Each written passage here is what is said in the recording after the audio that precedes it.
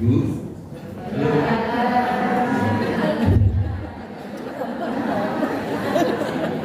Panas.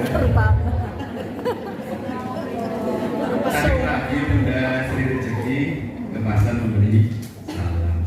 Cakep. Turun jangan, dia juga membeli kedondong. Kalau dengan salam dijawab dong. Assalamualaikum warahmatullahi wabarakatuh.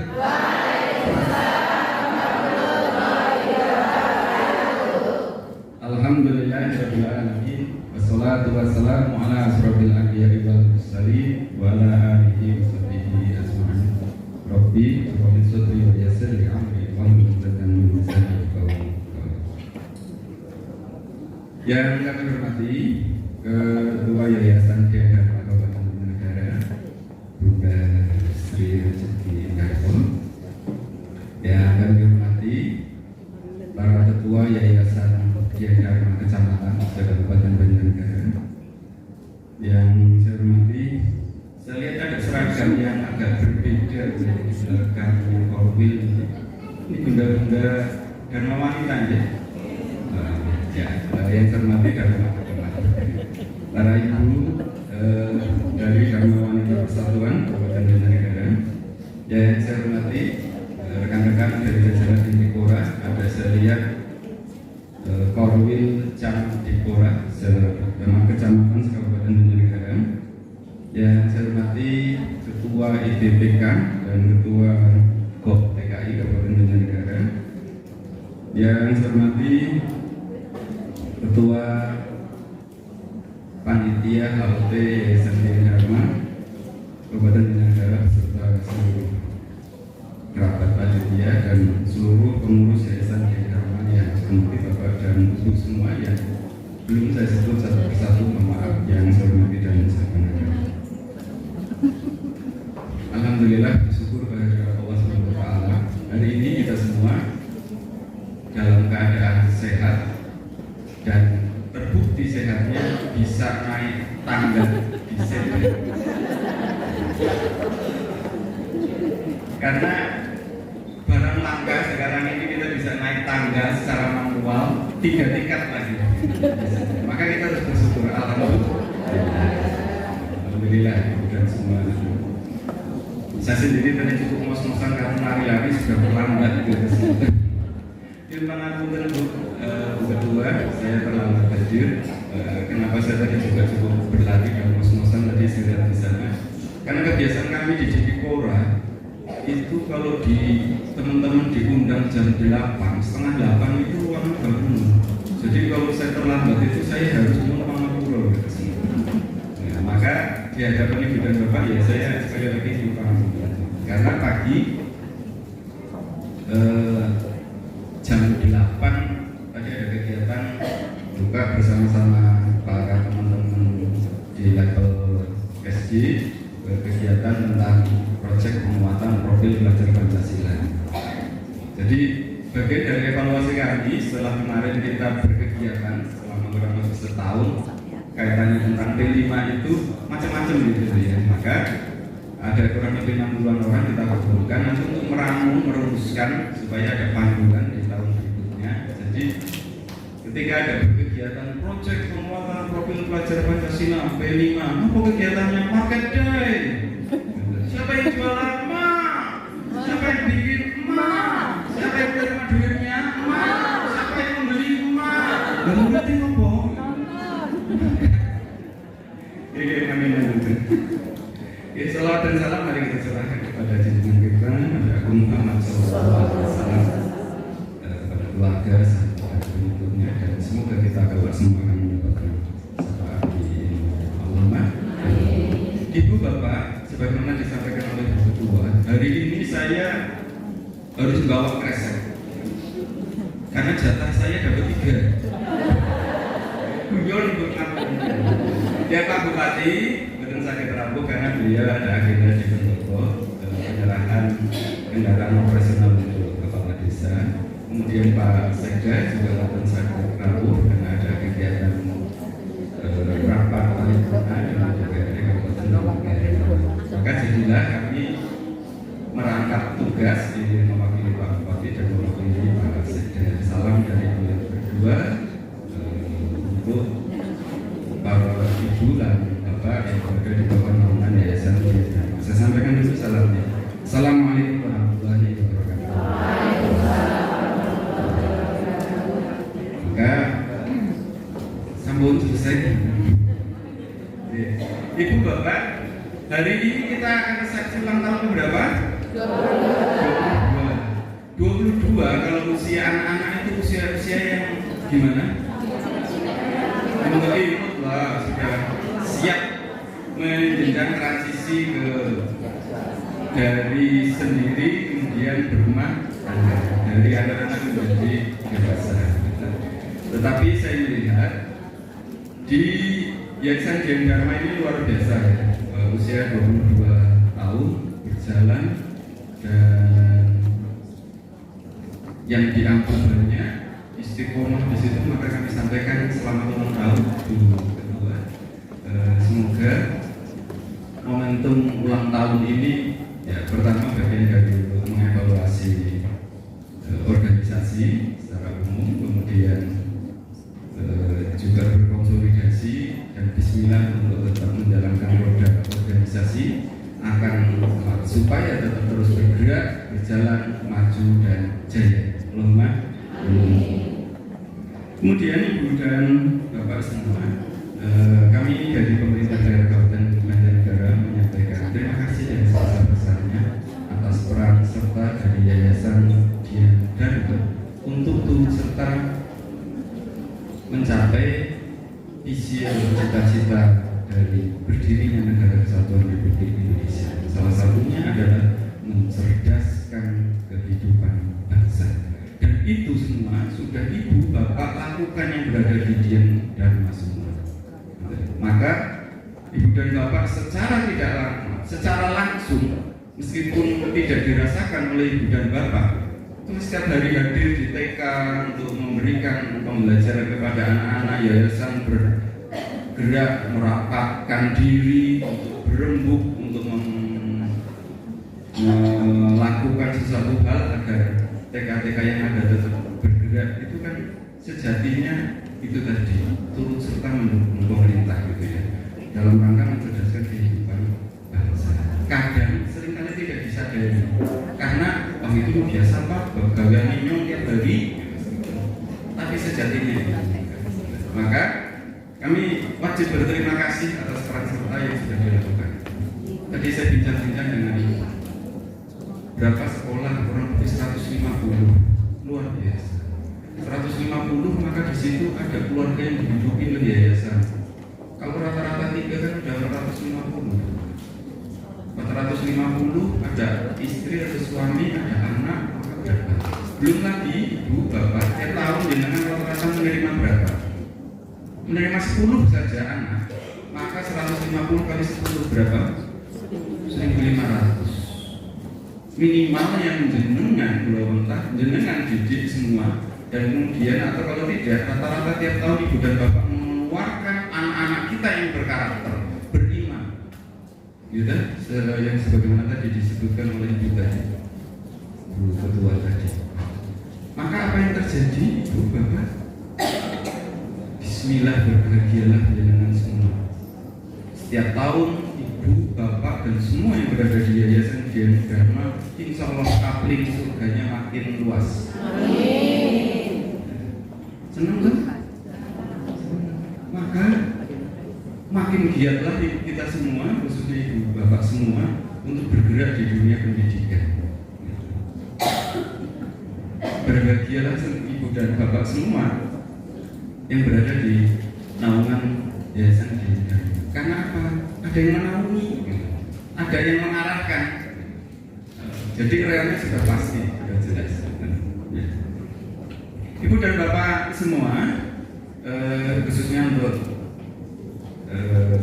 yang berada di dalam Yayasan Dian Dharma, sudah diceritakan berkenaan tentang kurikulum merdeka.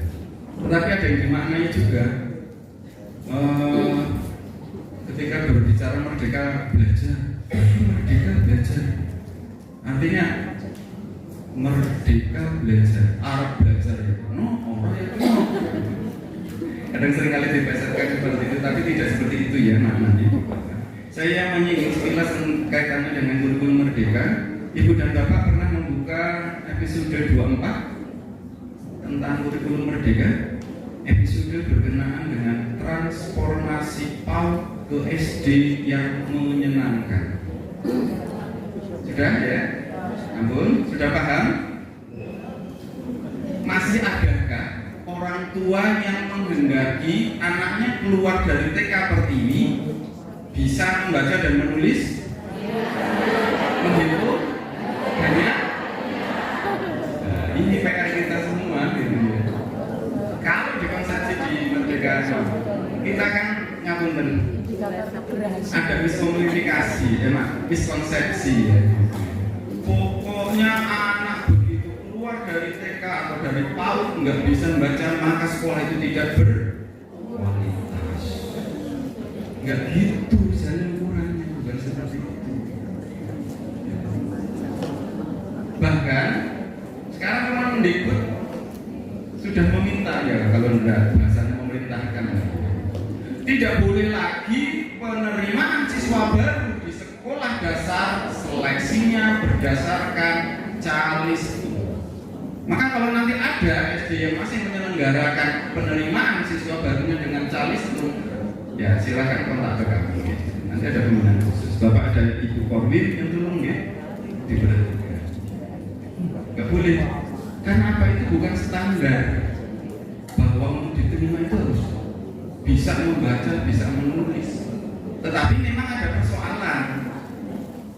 Gitu.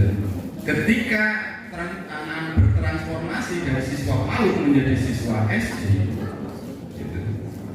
Dari PAUD itu kurikulumnya tidak mewajibkan atau bahkan ada bahasa yang ekstrim.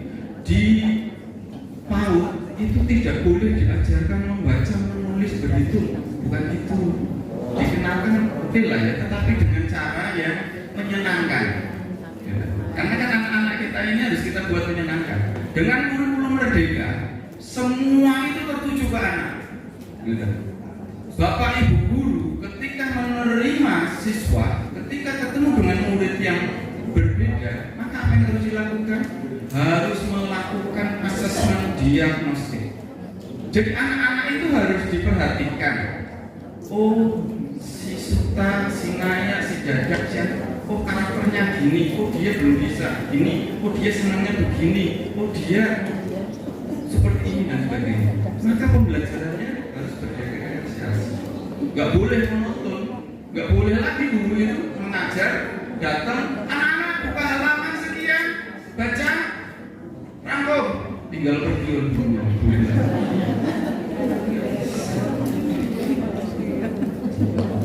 Maka di PAUD juga sama seperti itu.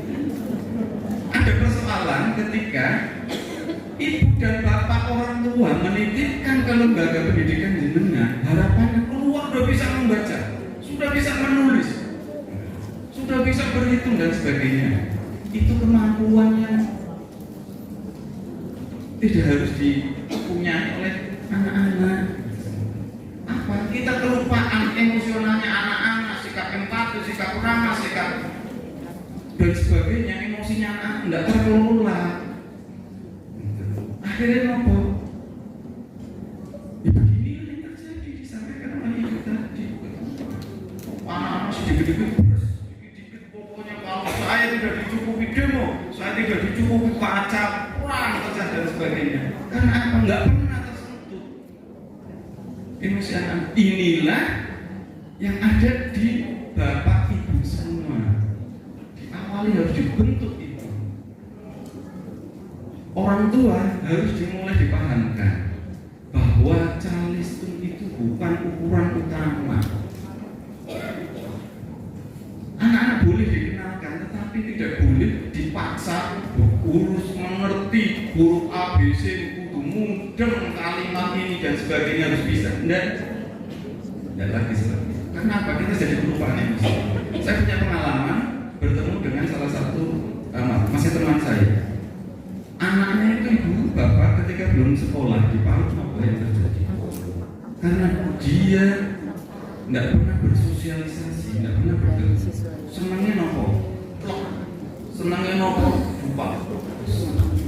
Dikit-dikit kalau enggak, misalkan temannya punya mainan, dia pinjam, ambil langsung. Tidak ada kata pinjam dong, dan sebagainya. Pokoknya ambil, semuanya bikin musuh lagi. Bilang, aduh, kok nggak beda sama saya ya Pak, lagi itu yang jangan semuanya pakai onar, saya bilang gitu. Kok nurung anak saya? Saya bilang sekolahin aja Pak, masukin itu tetap kelompok bermain. Betul itu Bapak, begitu dimasukkan. Alhamdulillah. Perubahan drastis. Saya ketemu dengan anaknya, datang, Assalamualaikum Bapak. Salim. Mari masuk. Saya ditarik. Luar biasa orang tuanya langsung jempol ke saya. Pak, anak saya nggak tak sekolahkan SD dulu Pak. Dia memang belum usianya. Saya bilang belum usianya. Pak, tapi belum bisa baca. Tenang saja, tidak apa-apa. Saya bilang tidak apa-apa. Nanti terbentuk sendiri. Tidak apa-apa saya bilang. Sekarang jadi senang sekolah. Hari ini gue sih minta sekolah Pak. Alhamdulillah. Luar biasa semua. Maka ibu bapak, fondasi awal ada di mana? Ada di ibu dan bapak semua. Alhamdulillah. Maka anak-anak zaman harus selalu cepat-cepat. Udah bisa mau bisa nulis bisa apa dan sebagainya. Bentuk dulu karakternya. Siap nih? Nah, kalau itu sudah terbentuk apa itu bapak? Muncul tuh empatinya, muncul tuh rasa sosialnya.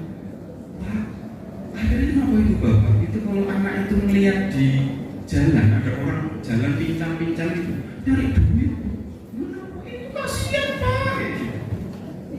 Saya diceritani menggel, ketemu langsung saya senang.